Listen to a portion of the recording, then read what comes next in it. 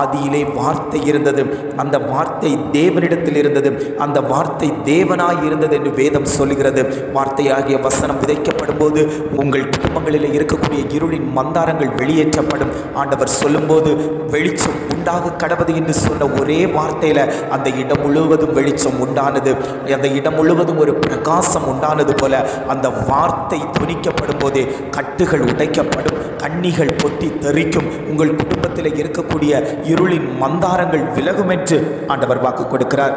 அவர் ஆதியிலே தேவனோடு இருந்தார், தேவனோடு உரையாடி கொண்டிருந்த நல்ல தகப்பன் தான் இன்று நம்மத்தியில் உலாவிக் கொண்டிருக்கிறார். சகலமும் அவர் மூலமாய் உண்டாயிற்று, உண்டானதொன்றும் அவரை அல்லாமல் உண்டாகவில்லை.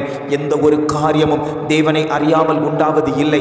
எந்த ஒரு காரியமும் நாம் மறைமுகமாக செய்வோமேயானால் அது தீமையாகவே முடியும். எந்த ஒரு காரியமாக இருந்தாலும் தெய்வ சமூகத்தில் வைத்து, ஆண்டவரே இந்த காரியம் உங்கள் முன்னாடி நான் வைக்கிறேன், அதை எனக்கு நன்மையாய் மாற்றி தாங்கன்னு சொல்லி கேட்பீர்களே ஆனால் அந்த காரியத்தில் தேவனுடைய கரம் வைக்கப்படும்.